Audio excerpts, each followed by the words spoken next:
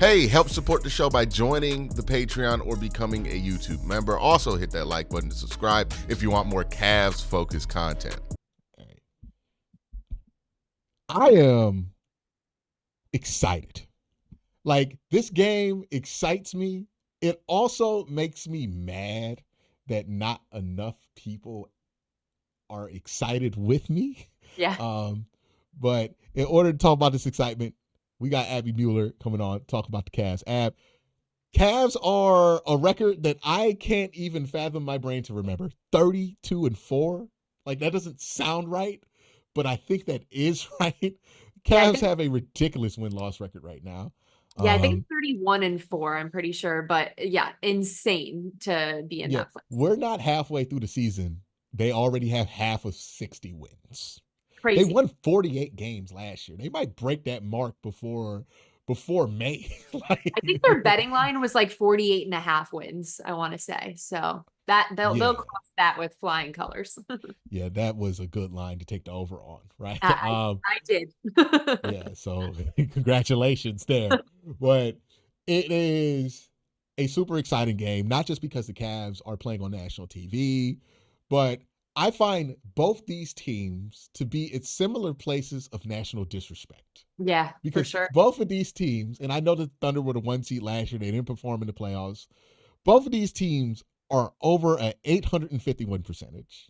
They're doing things that most teams have never even dreamed about doing, right? The Cavs are doing stuff that every time I look to compare it to, I'm like, oh yeah, Dynasty Warriors did this. Literally. Like that and like the Spurs back in the Pop days are the only things that really compare to what the Cavs are doing right now.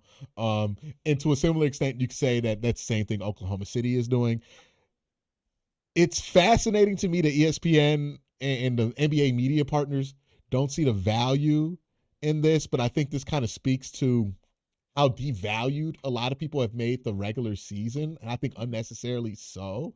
Like acting as if what you're doing in the regular season doesn't matter. I think that's a fool's proposition because this Yeah. same thing happened to the Celtics last year. And it ended up mattering. That was the year that they broke through. Yeah. Right? Like regular season success tells you all the time, hey, this team might have a chance to break through. Mm-hmm. You know, and both these teams are screaming at you. Hey, historically speaking, Yeah. these are teams that are probably going to break through. And remember those 2014-15 Warriors? Yeah, they're doing much better than that, but like on a similar pace. Yeah. What excites you most about this matchup? I feel like one, what you already mentioned about it kind of being for these two smaller market type teams that like nobody seems to care about. I think that's exciting just for both of those fan bases to be enjoying these runs that they're going on. I think also the way that both of these teams have been winning has been kind of different. And I think that makes it an exciting matchup. When you look statistically across the season, the Cavs are leading the league in field goal percentage and 3-point percentage. They're second in the league in points per game. On the other side, Oklahoma City leads the league in field goal percentage defense. They lead the league in points allowed per game with just like 103, which that's crazy that that's low for it to be 103, but like that's the level of scoring in the league. I'm like, wow, that's not what I was expecting.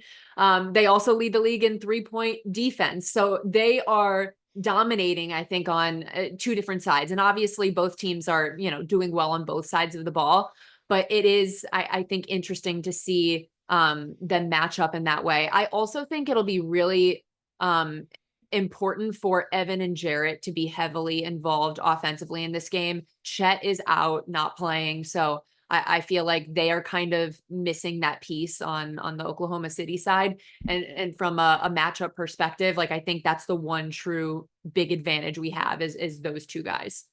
Yeah, I think one of the most important things, and again, this goes with like the devaluing of the regular season. These kind of games get you ready for the playoffs, Mm-hmm. right? Where it's like it's a big game. Both of these teams are trying to prove to a national audience they are who they look like they are, right? Um, and going up against each other, they know that those are the two best records in the NBA. They know that all these other wins, people try to give them asterisks and stuff. Oh, well, they didn't have this guy. Oh, well, this team's not really good, so it doesn't matter that you smacked them by 40 for the 50th time, right? Like, now we're talking about, like, oh, the Warriors wins don't matter, right? It doesn't matter that they beat LeBron or anything like that because Yeah. nobody's good. No win ever matters. But this one, no, this win matters. Like, both these teams don't lose. If you Yeah. beat the Oklahoma City Thunder, you can't tell me, oh, well, Chet's not there. Chet's not been there before they've won, right? Right. Like, so that, to me, I think is the biggest thing, especially for a Cavs team that has more playoff questions to answer because they've had 2 playoff runs. That one of them I don't even think was underwhelming, but like No. the first one was. So like Yeah. because it happened against New York, nobody lets it go. Yeah. And they have that to kind of like shake off of them. I want to see a big game for Darius Garland, Yeah. right? I'm tired of the whole Darius Garland can't play well on Big national games. Yeah. TV stuff and the big game Darius is not there, because I've seen Darius in some big games be the only guy who seems like he's trying to be a big time player. So I know he's not a bad big time player. I just think Yeah. he's run into some bad luck where it's like, oh, he has a worse shooting night because he like shot for 40 the night before and it was the second night of a back to back. That game happened to be televised on national TV. That's what I look forward to seeing here. What do you think a win would mean? Like if the Cavs go in at this game at home, they beat Oklahoma City. Does that change what I want to say there are your expectations and then your hopes, right? I think everybody's expectation is like, okay, you should be a team that should really threaten to get to the Eastern Conference Finals. Yeah. Yep. You hope to win the finals, right? Yep. Does your expectation level change if they're able to go in and they have a very impressive performance versus the Oklahoma City Thunder tonight? I don't know how much it changes my expectations because I feel like my expectations honestly have just already been so high with what they've been doing. And as much as like I think this is an important matchup, I still think like the matchup that's more important for us to consistently see them play well in is when they play Boston. Like I think that's going to be so crucial for them, obviously, once they get to the playoffs. But yeah, this will tell me, I think, a lot about what this team does in these high pressure moments. They don't have that many nationally televised games. They're not put in the spotlight all of the time. So I think it'll be a good learning opportunity for them. But yeah, my expectations are already like they're just skyrocketing. 31-4 is insane. Like I truly can't wrap my brain around it. To the point that I'm like, this team should be in the Eastern Conference Finals and they should be contending for a championship. Like everything they've shown us is telling us that. And I like that you mentioned that, I feel like people want to discount their playoff runs previously because of the whole New York situation. Last year they ran into Boston, who won it all. So it's like I don't think that's like as terrible as people want to make it out to be. And they ran into Boston. They were injured. Yeah, 100%. Like it wasn't even the best version of themselves. So it's hard for me to look at last year the same way as I would the series against the Knicks, which I think has been a stain longer than it needs to be. Like that wasn't great. That was bad. We had, the lights are too bright, Jared Allen moment, all that stuff. But those were young players and they've grown a lot in the 2 years since then. So I think and I feel like we've talked about this. Teams take a long time to grow sometimes. Young players take a long time to come into their own that, I don't think it's right to just completely dismiss them as a group because of previous failures. Yeah, and it kind of reminds me, and like I want to be very careful here, right? Because when you start mentioning this team, there are a lot of expectations that come with it. I don't know if that's a fair place to put them, but like it kind of reminds me of like, okay, yeah, the Warriors had this whole narrative early on that they couldn't beat the like Clippers, Yeah. right? Like Yeah. they lost to like the Spurs in the semifinals in 13 in 12 and 13, and then they lost in the first round to the Golden State Warriors. So when they were really impressive that first year with Steve Kerr, a lot of people kind of ignored them, right? Like a lot of people didn't take them that seriously. I remember that year, the energy was basically like, "Oh, the Cavs are going to win the championship," basically the whole year. Um, and then this Warriors team came out of nowhere. And this year, it feels like, "Oh, the Celtics are going to win the championship." That's pretty much what everybody's been rolling out the green carpet Yeah. for the Celtics to get their second championship in a row. But you watch the Celtics this year and you're like, do they feel like the same team last year? You Mhm. know, like they're not a bad team, but it seems like more of their flaws get exposed. And the fact that they really do rely on taking a lot of bad shots and they Yeah. don't have a counterpunch that, like, the Cavs being able to come back down 30 on them, I think it's something like that we're going to come back to, because Yeah. the Cavs, if those threes aren't falling, they can pivot. They can go to Evan Mobley. They can go to Jared Allen. They got slashers that they can just go. And Darius Garland and Donovan Mitchell don't have the same problem that Jaylen Brown and Jason Tatum have, although they're not the same caliber of players, right? Because I think a lot of people would probably agree that Jason Tatum's a better player than Donovan, Yeah. mainly because he's like 6'8", right? And he can do more things. He's more versatile. But Donovan doesn't have the issue of like, oh yeah, I'm going to get stuck into taking bad shots. Yeah. And same thing with Darius. And I think that's something that the Celtics, it didn't matter last year because they were playing against so many injured teams that they could take all the bad shots they want. But if they go through a healthy East, they go like, let's say they have to play the Knicks in the second round. That's going to be a tough series for them to win. Because yeah, there's going to be nights where they blow them out because they make a million threes. But you can't rely on shooting 48% from three. Yeah. You got to have a counter there, and that's been the Celtics' downfall every time. It's like, hey, what happens when those threes stop dropping? And I get that people are like, well, the Golden State Warriors were able to make it work. They had two of the best shooters of all time on their roster.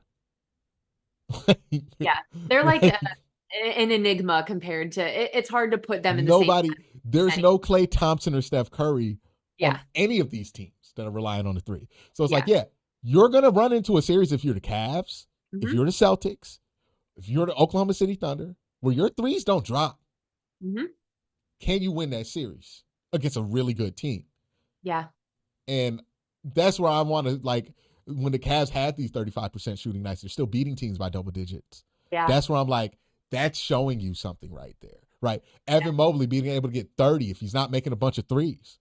That's showing you something there, right? Like that to me, and I wonder if this is going to be Evan Mobley's Kawhi Leonard year where it's like, oh, wow, who's this guy that they're throwing out there and he's doing all of this stuff, and the world gets introduced to Evan Mobley same way the world kind of got introduced with Kawhi Leonard, where he didn't have much of an offensive game, even though Evan's a little bit more developed at this point. Yeah. I think too, like the biggest difference I see in this team this year is the fact that it doesn't all have to be on Donovan Mitchell. If he doesn't shoot 40 points in a night like he had to last year, the Cavs weren't going to win sometimes. Like he truly had to put everything on his back for a large portion of the season.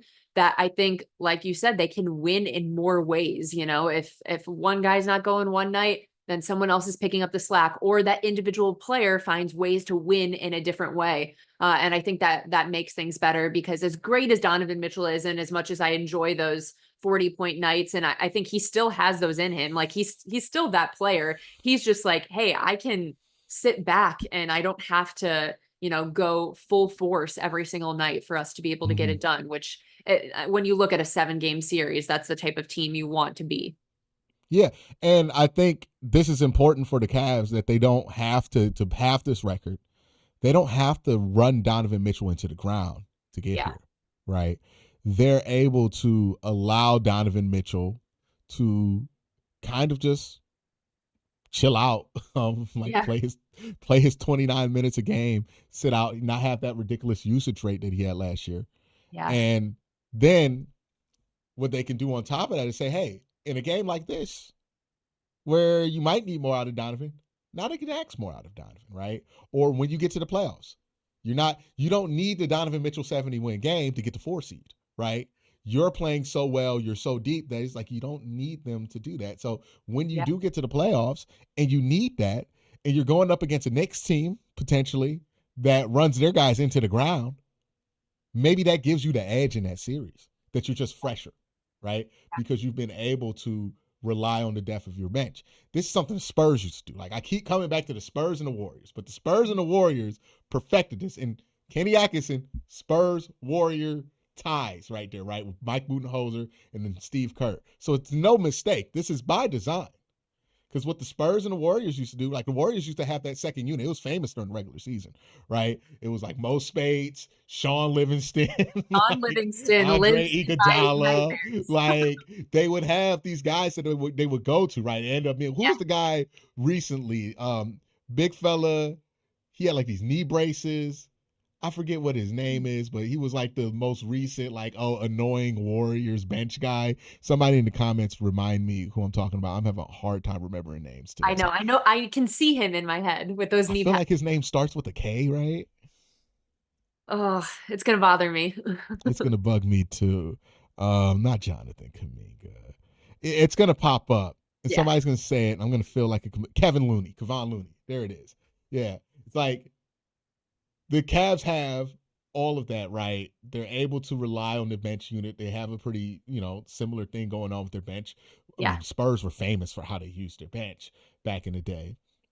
And what that allowed was like, hey, as your stars age, they can age gracefully because they're not asked to do much here, right? Like the issue with the Lakers is it's not that LeBron's not good anymore, it's that they have to ask too much of LeBron to make the yeah, playoffs. And then by the yeah. time you get there, he has like maybe a series left in him, right? Like you're not able to manage him in the way that you need to manage him. And I think the Cavs are in a much better position to be able to manage Donovan Mitchell to get the most out of him because of their depth and their ability to just beat teams Yeah. on a pretty consistent basis without having to worry about running their guys now. I think when you look to about how teams are going to prepare to play the Cavs in the playoffs, like that was I think a huge part of their struggles was it was like what the Cavs identity is. It's Donovan Mitchell. That is their identity. Now, it's going to be a lot harder to prepare for the Cavs in a 7-game series because we can beat you in so many different ways. And you mentioned those Warriors teams, like when the Cavs would try to play them in those finals, it was like, okay, we got to take away Steph and Clay in these areas and control Draymond in these. And then you got Sean Livingston and Andre Iguodala going off because you can't do everything at once. And I feel like that is really beneficial for the Cavs to have that identity where if you take away certain things, then we're going to make you pay in other areas because you can't take them all away. Yeah, and they can adjust, right? Dean Wade, I think, is super important to what the Cavs want to do, Mhm. because like he provides that extra length that everybody complains about. I think it's a combination of things. Dean Wade and Karis LeVert, right?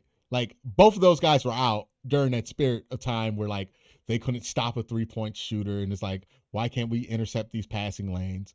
They come back now. The whole 3-point narrative is dead about the Yeah. Cavs, right? Um, I think that is a huge part in what they want to do. Dean Wade has to stay healthy. Yeah. Karis LeVert has to stay healthy. Do you do you think that they go out and try to add somebody to this team, or like you're 31-4, man? Like I it's know. hard to add somebody to a team when you're 31-4. I'm having such a hard time with that too because I don't know. I feel like there's always the want to be like, well, maybe there's like one other guy who could push them over the edge, but it's really hard to want to mess with the chemistry of this team right now when they're 31-4. You got to Mm-hmm. fit that guy into the rotation. Where are you giving him minutes that you're, potentially taking away from someone else? I just, I really almost don't want to mess with it because I feel like that's just like bad mojo at this point to be like, okay, we want to be even better than 31-4. Like it's barely possible.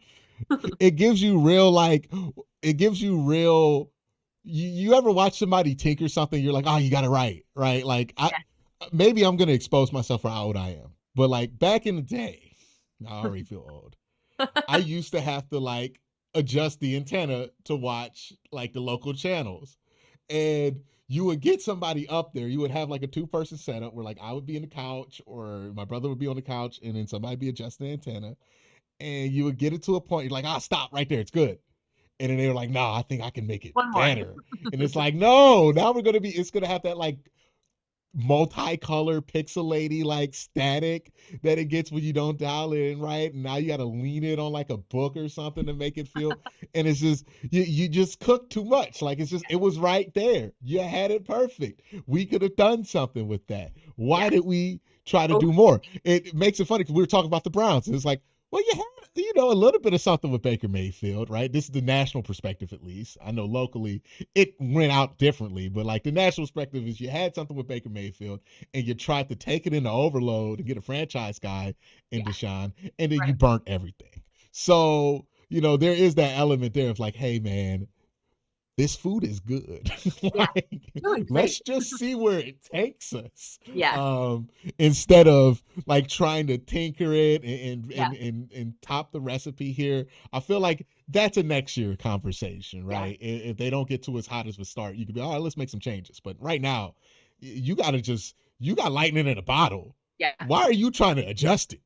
Yeah. Like, The only guy I would like maybe even consider, and that would depend on what we could get back, would be Max Struess because he hasn't been a part of the rotation that long this year, obviously with his injury. And I know it takes time to come back. And like, I think he's had some good moments, but still isn't, quite the Max Struess we would want him to be. Like he's had some good games, but that would be the only one I think I would maybe consider just because he hasn't really had to be a part of like the chemistry that they've built together as a team. But even at that, like I still think he can be a valuable part of a playoff roster. yeah, yeah. I think if you're the Cavs, you get to 31-4. Don't play with the Yeah. basketball gods. Yeah. Like, Don't mess with fate right now, okay? yeah, like they have given you this gift of Yeah. this amazing basketball team Yeah. that is doing stuff that we're literally talking about on a 73 win pace. Um, Yeah. so let's just see where it takes us, right? Like it seems like everything is aligning. Everybody's super happy. The locker room is super loose. They can't even do a post game interview in there. Like I can't wait to talk to Cam about it because it's like I know it's interesting to try to get an interview done in that Yeah. environment because these guys love each other so much, like they So can't much. stop messing around Yeah. during the interview. Yeah, man, don't mess with that. Like, you don't Yeah. know if trading Max Struess going to mess up the vibe there. And look, I know people are like vibes. We're trying to win championships. Vibes sometimes win them. Like, look, Yeah. Tristan Thompson, whole career, vibes, 2 championships. Yeah. Like, Yeah. like Robert Ory, whole career, Yeah. vibes, won a lot of rings, right? Like, the vibes kind of do matter here. Yeah. And if I'm the Cavs, I'm just like, hey, let's not mess with the good thing. Yeah. You have gotten lucky. And even just having like that patience when you talked about that Warriors team, they didn't just appear out of thin air. That was years of building and, putting the Mm, pieces together that got them to where they were. I feel like a LeBron has ruined our perspective on team building because it was just like, put LeBron in this city, go to the finals, put LeBron in this city, go to the yep. finals. And there wasn't the same team building aspect. And then he brought in, Dwayne Wade, he brings in whoever he wants to bring in and everything works out. But in most scenarios outside of LeBron teams, that takes years to build up to. The Bucks took years to build up to where they Mm-hmm. were. The Celtics took years to build up to where they were. So it's okay to just have that patience and be like, we brought these pieces in, and we don't need to mess with it so much and keep screwing things around in order to make it work. Like we can build with what we have. Yeah, it's amazing how much of a win this Donovan Mitchell trade was for this team. Yeah, Like, it's really good. One of the best trades of all time in this city, like of any sports team. Crazy.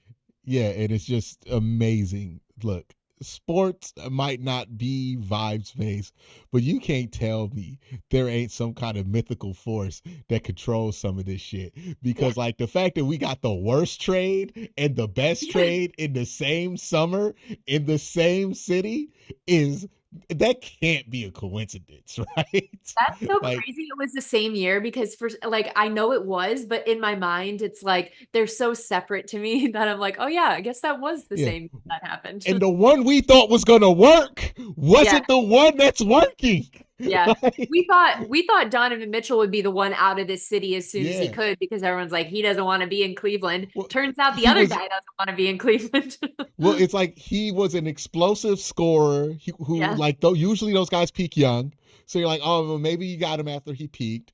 there's no way he's going to get better with this team. And Yeah. then what happens is that he plays the best basketball of his life as a Cleveland Cavalier, to the point to where, like, if he has a Hall of Fame career, his Utah years are a footnote to Yeah. what he's going to do in Cleveland. Yeah. Like, because he got so much better in Cleveland. Like, most of his iconic moments now, like the 72-point game, all this other stuff. Hopefully he has some moments in the playoffs, but it's like you almost forget that he was on the Utah Jazz. Yeah. At this point, like I saw a picture of him in the Jazz, like, Yeah. what's that? Like I forgot Yeah. that existed. Even Whereas, any other like, guys, like when I see Jarrett in a Brooklyn Nets jersey, I'm like, oh yeah, like he's a part of this identity now of this team. So it's weird. It's weird to or see. even like the old Cavs jerseys with like Darius Garland in them. I'm like, oh man, Yeah. I When he's forgot so he had young. no, Yeah. He yeah, looks like, but it's interesting how those two trades worked out too, because like Deshaun was just seen as like the short thing. It was just like, hey man, are you morally willing to deal with this? yeah. Was the question. He was supposed to be like, Right. just like, all right, plug and play, put him in. You're gonna have a Yeah. great quarterback. Top five quarterback. And Yeah. yeah, and it's like both of these trades have gone the exact opposite way. And like one is a local legend, and the other one I think is probably the most hated person associated with the Browns Yep. since Art Modell moved the team. Yep.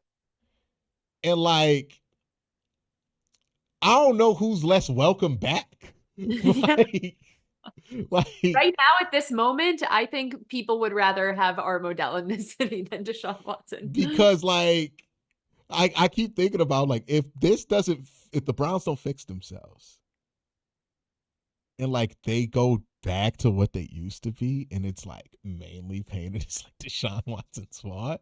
Yeah. Dude, that's worse than Art Motel. Yeah. Like, but meanwhile, Donovan Mitchell's like, man, I love it here, dog. I don't know what you're talking about. What do you mean the fans are mean? That's not my experience at Yeah, he's all. like, these are the nicest fans in the world. It was like, yeah, because you're winning games. Thank you. Yeah.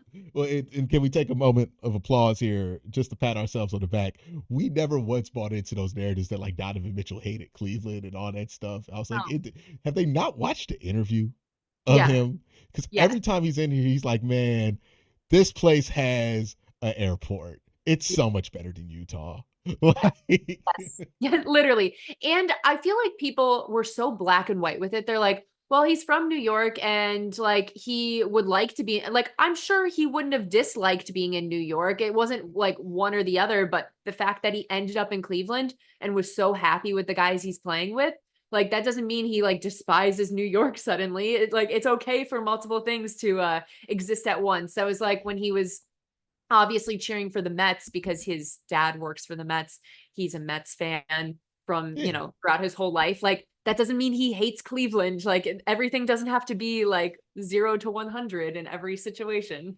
It's like he's a Mets fan, y'all. Yeah, it's okay. Like, It's okay. it's cool. It's cool. Like he can be a Mets fan. Like that's Yeah. fine, dog. Yeah. Like he doesn't have to lie to us and act like he's like Browns fan, Yeah. Guardians fan. Like he's not. I mean, if you move to a city, you don't all of a sudden become a fan of all of those sports Yeah, teams. I'm not out here like, oh yeah, let's go, the local team of the city I live in. Like, no, Yeah. like I'm rocking with my teams, right? 100%. Like Yeah. a lot No, of y'all a lot of the people mad about it don't even live in Cleveland, which like I don't like, that's not a bad thing. I'm just saying, like, yeah. so you understand the concept that you could end up somewhere for work and not be a fan of those local teams though, Yeah, right? like why do athletes have to be different where they just like they move literally like 6 months ago they moved somewhere and you expect them to like completely change their identity. It's I'm not LeBron changing my Yankee sports hat team anyway. drama every Yeah. time, right? It's Yeah. like, oh, LeBron wore the Yankee hat. It's like at that point, you kind of had a point, but I'm like, we all know Cleveland is not Akron. Like, why do we act like when it comes to LeBron, like, oh, well, Cleveland is Akron? It's like we know that Yeah. that's not it. He's always I've been never once that had he's from somebody, Akron. yeah, and I've never once had somebody tell me that they were in Summit County and be like, yeah, I'm in Cleveland. Like that's Yeah. never been the case. Like Yeah. that's Well, not how that goes. his whole identity was like just a kid from Akron and Uh-huh. you could say Northeast Ohio, but he never was like, oh, I'm from Cleveland. That wasn't, yeah, definitely wasn't it. But By the way, it shout is out to the way part people, owner Miles Garrett, who definitely is doing the, hey man, I'm with the city, which is Yes. probably why he ain't trying to go nowhere. Yeah. He's like, I get to sit courtside at Cavs games. I don't want to leave. Yeah, he's having the time of his life. He's like, yeah, I'm gonna bring Hard Knocks to the Cavs. Yeah. I was at that game and I saw them with the cameras across the court. I was like, those are the Hard Knocks cameras. Yeah, man. And like Miles Garrett, again, hope he retires as a Cleveland Brown. I think every single person who ever talks about football needs to have the experience of dapping up Miles Garrett, because humbling experience. Like humbling experience. When you realize like you dap him up, I was like, it was like dapping up a brick wall. Cause like he's tall, he's Yes. wide, and He's like so I'm not a small person, but like I went straight into him like, wow, I couldn't move this guy even if I tried. Yeah. Like, Big. and yeah, he's a giant man. He's a very humble person. And then you realize people run into that dude weekly. Like, and he's like super fast. Yeah. And it's like same way when you see these basketball players. Like I'm pretty sure a lot of people would be shocked if they saw like Donovan Mitchell in real life. And Oh they're yeah. like, wow, that's a big guy. Yeah. Like that's not a small guy. Or like Evan Mobley, who Yes. has gotten much bigger. But like Yes. from what I hear, if you've seen Evan Mobley in person, you're like, yeah, that guy's not thin. Like, like he's not a toothpick, right? Or Jared Allen, right? I think, So yeah, when they're on the court or on the field, the perspective, because they're standing next to other people that are also very large, it really messes with your head on how big they are. But yeah, once you see them in person, you're like, oh, that's why you're a professional athlete. I got it now.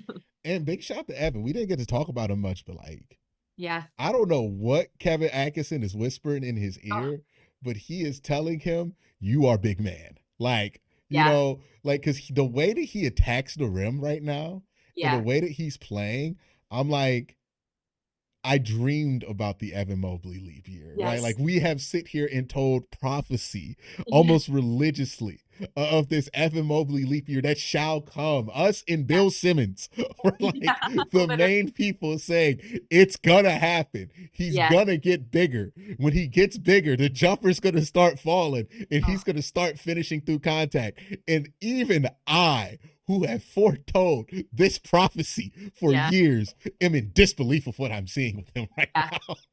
And even on top of it, have his 3-point shooting be the way it's been this season. It's like icing on the cake. I couldn't have even asked for that. I He is want, a better 3-point shooter than I ever thought he would be already. yeah. Oh, Like, I didn't think he could reach that level, but yeah, I feel like we just kind of maybe resided to the fact that he wasn't going to be that 3-point shooter, but he could have those improvements that you talked about him making. So to have mhm. both happen at once, it's like you said, more than I could have ever hoped for or imagined. Yeah, because I'm like, oh, he might look like I thought he would look at 25 Yeah. at 24. Yeah. Like, he might be coming early because, Yeah. there were moments where he kind of made you doubt it a little bit, right? Where he was like, I don't know if it's going to come. He let Cole Anthony post him up. That to me, I was like, man, that's concerning. That's really concerning, Evan. And Yeah. I guess somebody got in his head this offseason because he's definitely not letting that happen this year. Yeah. Like, We owe um, Ken Atkinson our lives for what he has done with this team. It's awesome. It's awesome. yeah, and especially because like it's not like the last guy was a bad coach. Like the Pistons No. might make the playoffs this year. Yeah. And It's we were for the just most part for a long time fans of JB. Like it wasn't the entirety of his time with the Cavs that we were not fans of him.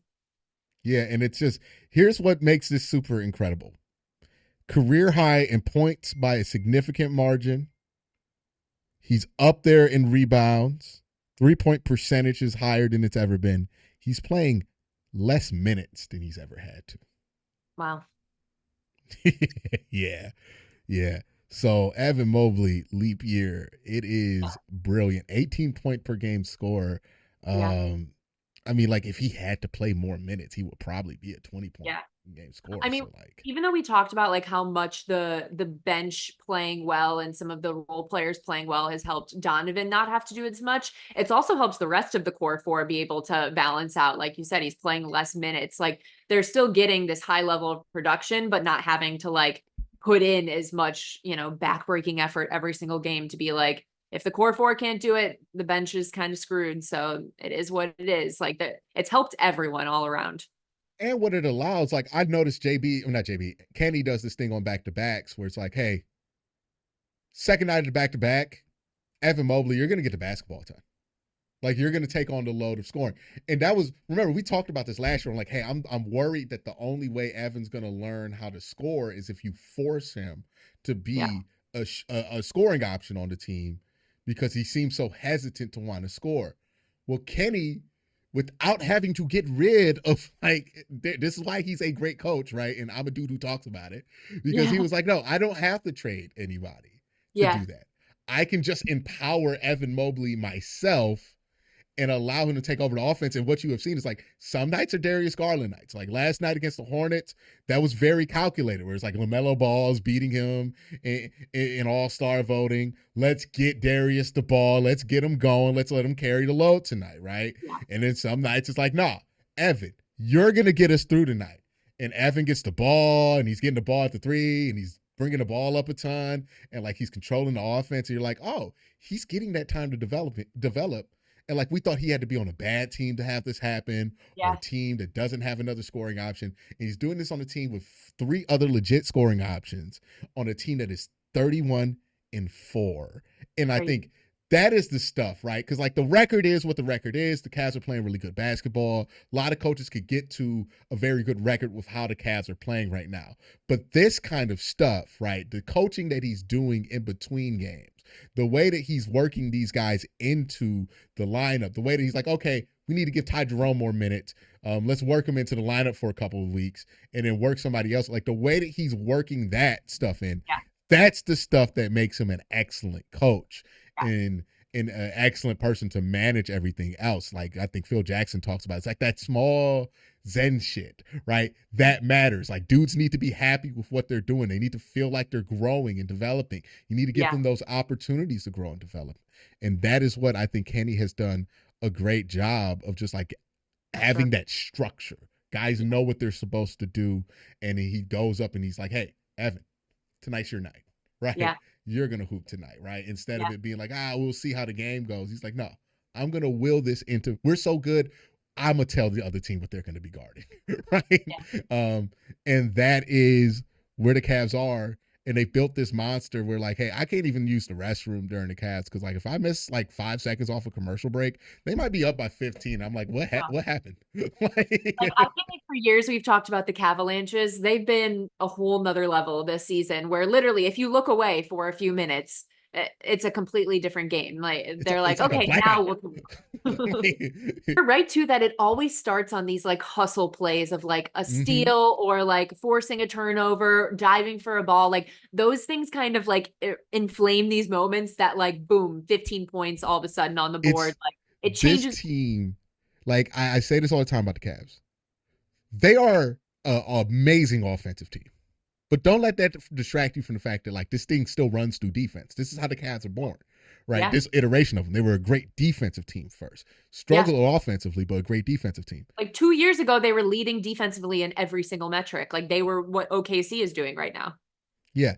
And that is what the Cavs need to be the best version of themselves. When they play amazing defense, when they play their hardest defense, when they're out there giving effort, contesting everything, they're eventually going to smother a team into a hole that leads them into like one of these 12-0 runs, right? Like the defense feeds the offense. When they just go in and they're just making a ton of shots, but they're not playing great defense, that's when they can get snuck up on and they play a close game they're not supposed to. But when they come out and you can just tell they're trying to win this game, they're giving really hard defensive pressure. They're not being passive. They're being aggressive. And you're like, oh, we're going to smoke them by 30 by halftime because we're going to get a turnover. We're going to start making shots. And then it's like watching the Spurs. It's like watching Golden State. And the thing we forget about those teams, they move the ball well. I think that's what people focus on with Kenny Atkinson. It's like, he's moving the ball well. But the Spurs, what they did to win a championship was play defense. They had Kawhi Leonard lock down LeBron. Well, not lockdown. Again, LeBron's lockdown has a different definition, but they had Kawhi Leonard bother LeBron James, right? Affect LeBron James. The Warriors played really good defense, right? Like their MVP was a defensive player in Andre Iguodala that series. Like it's easy because offense gets all the love, but the Cavs when they remember that they're a defensive team first and they play that defense, no team in the NBA can beat them. If they play like that in the playoffs, they can win the finals. Like, Yeah. I'm confident in that. It's just, will they remember that? Will they lean on that? Like Boston, they came back from 30. Why? They remember they were a defensive juggernaut. Okay, let's just play defense. Right? Let's just really tough effort, smother you on offense, smother you on defense, and we'll let the opportunities come as they come. Yeah. That is who the Cavs are. They're a great defensive team that can also shoot very well. Yeah. But that's how they work best. When you look at that Warriors team you're talking about too, like Draymond defensively was such a part of what they did as a team. And when they didn't have Draymond, you could see the difference in their identity. Like they kind of like lost who they were in some ways. So even though their shooting still stayed and, you know, all those things still happened for them, defense is a highly underrated part of those type of championship teams.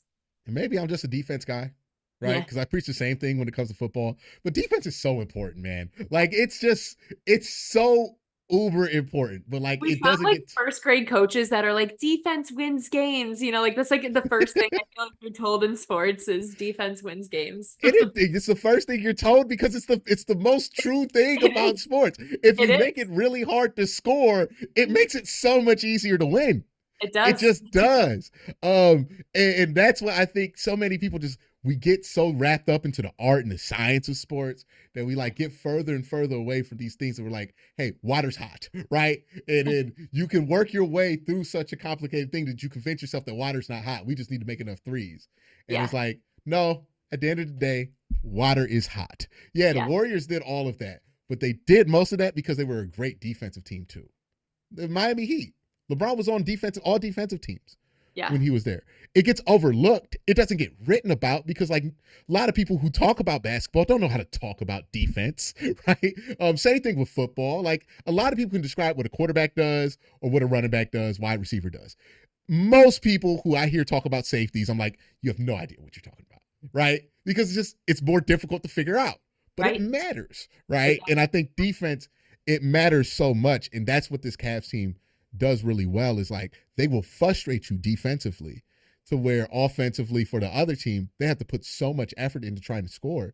They got nothing on defense. Cavs move the ball so well. That's a death sentence for trying to guard them because you're going to try to rotate to this guy, rotate to that guy, rotate to this guy. You're tired and it just trickles in and trickles down and trickles down. Next thing you know, the Cavs are up by 30 like it's nothing. And then they're resting guys. They got like George Niang out there playing the 4 and there ain't shit you can do about it. Right? Like that is what makes this Cavs team the best they can be. Is like that they have a generational defensive guy in Evan Mobley and a really damn good defensive player in Jared Allen. And Dean Wade is out there. Like the Cavs struggled a bit when they couldn't defend. Why couldn't they defend? Dean Wade was out. Isaac Okoro was out. So was Karis LeVert. All of their wings out. Couldn't defend. Okay, you got sniped 2 times by Atlanta. Don't think that happens if you have these wings out here who can defend and smother the ball. Good point. Yeah, it's just it matters. I know you've heard every coach you've ever had tell you that, right? How important defense is, but they're not lying to you. Yeah. There's like you said, there is a reason that is one of the first things we're taught. It's funny because I feel like that is like when you're a kid in sports, it's like, don't forget about defense. That's the most important thing, but it does matter. Yeah, it's like this Cavs team has done some great stuff so far. Hopefully they continue to do it as the season goes on. One thing I know for sure, whatever happens with the season going forward, we're going to have Abby Mueller on again. Ab, let them know where to find you if they're just looking for more of your stuff. Yeah, you can follow my YouTube channel, Just a Girl from Cleveland, also in podcast format on Apple or Spotify. Can follow me on Twitter, Blue Sky, Abby_Mueller_, and talking lots of Browns, Cavs, all that good stuff there. Ohio State also, big Buckeye here. So we got some big games coming up. You're going on your Ryan Day revenge tour. Like I know. Things are weird right now. So I'm just holding my breath until we get through these next 2 games. Hopefully 2. But appreciate you, Ab, for coming on. Make sure you check out all of her stuff. Y'all have a great day. Have an even better night. Peace.